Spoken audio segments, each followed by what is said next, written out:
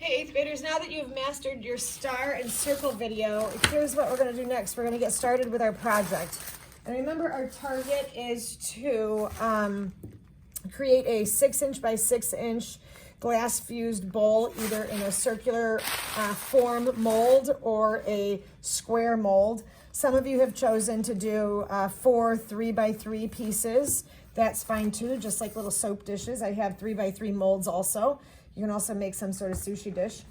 The glass that we get is indeed 6x6, which is why I had you put the glass or put the image that you chose into the, where did I have you put it? Into Pixlr to posterize it. Otherwise, usually I like to use Microsoft Word for the posterization, but we're using Chromebooks right now from home, and we don't have the computer lab to use with the Word document that will posterize it, because I think, you know, when you use the Pixlr, the posterization in Pixlr, it just kind of changes the colors a little bit, and I'm not sure I like that, but that's okay, because when I choose glass, I don't have to stick to these colors.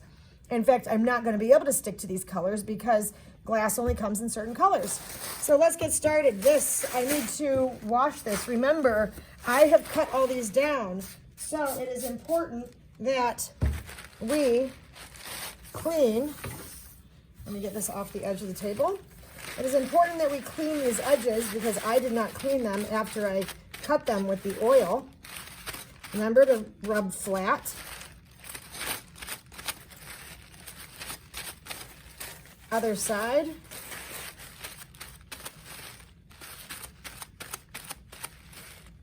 So please make sure these are clean. I've also washed my hands before I started this today to remove any oils. I'm telling you, oil and glass fusing don't mix. So washing your hands, very good. That should be dry. I'm making sure it's a 6x6. It is. I can set this on my cutting pad over here. The next thing I want to do is cut my image out. So I'll come back here so we can all see. Just cut right on the line. And as you can see, I just cut my name off. It is very important to do what now? Write my name on the image for now, and we'll probably have to rewrite it again. Oops, get over here. Later. There we are. This is garbage, but for now I flip my image over and I can take my pencil and I am going to write my first and last name here and my period number. I'm a 2A or a 2B for now because we're in cohorts. All right, this glass needs to be put on top of this so I can start layering glass. What some kids have made the horrible mistake of doing in the past, and I call it a horrible mistake because they don't even realize they're doing it. And I say, okay, you guys, we have to get this taped to this. So they take this and they put the tape here and they just wrap it around. And I go, that's not what I told you all to do. Because then what they end up doing is gluing glass over this tape. And that tape is not going to burn out in the kiln. So do not, I repeat, do not tape that way. That is incorrect, my friends. I'm so sorry. The correct way to do this is to make your little tape rolls. And I'm using Scotch tape so I can see through it. This is how to do this. We want to keep the glass free and clear on the top. Okay, good. There's my rolled up tape there. Last but not least, rolled up tape right here. All right.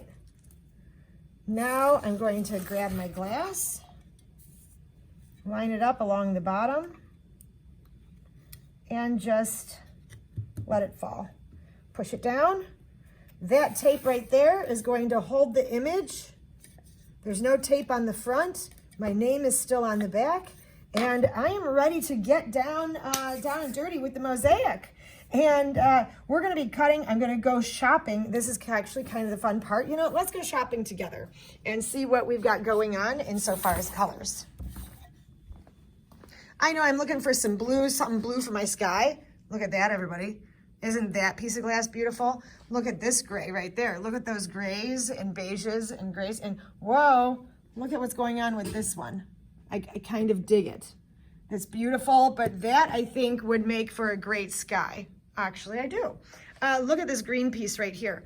But again, this is only part of it. Let's come over here. Here's the rest of the glass, y'all.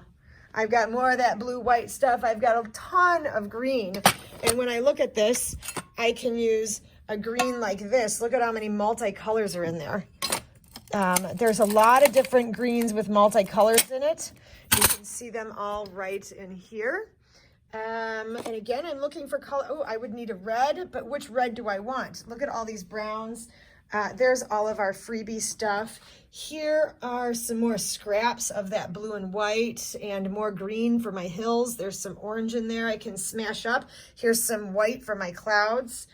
There's this piece right here. It's kind of like a swirly beige. This one is called, I believe it's called champagne. It's different than white. Pink, you barely ever get pure pink. There's some gray again. And again, remember, we're making a mosaic. So we want these little pieces. We do. We love these little pieces because we can get them to fit together. Look, someone started making a little Christmas tree.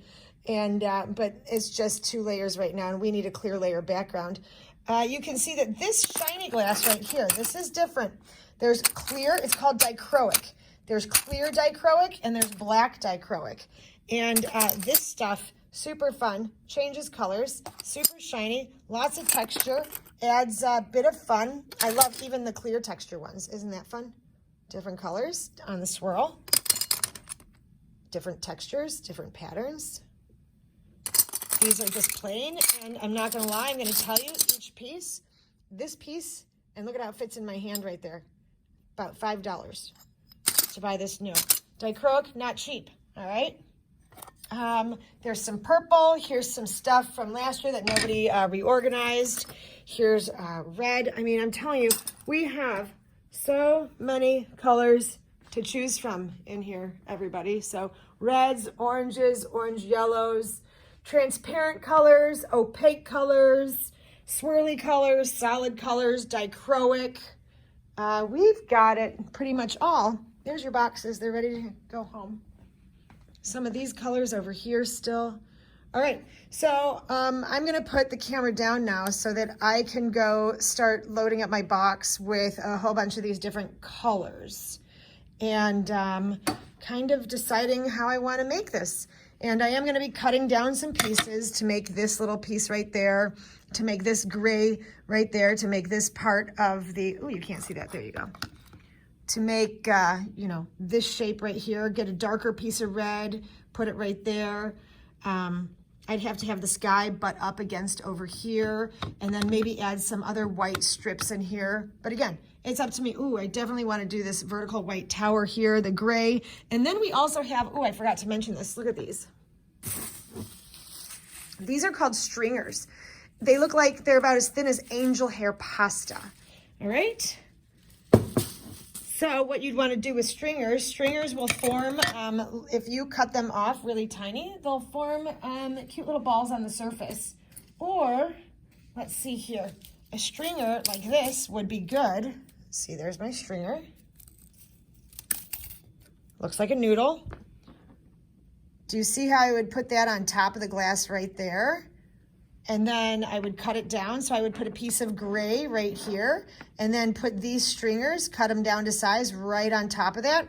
I can put a bunch of stringers together for these doors or these windows, or I can outline things. I can do a whole bunch with the stringers. They're super skinny, as you can see. Oops. And they break super easy, which is why there's no special tools to break them.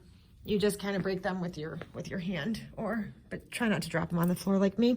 All right, that's it for the intro video. But again, lots of glass colors that we get to choose from that we're going to break down, and we'll learn how to break that down and cut our shapes and make our mosaics for fusing in the next video.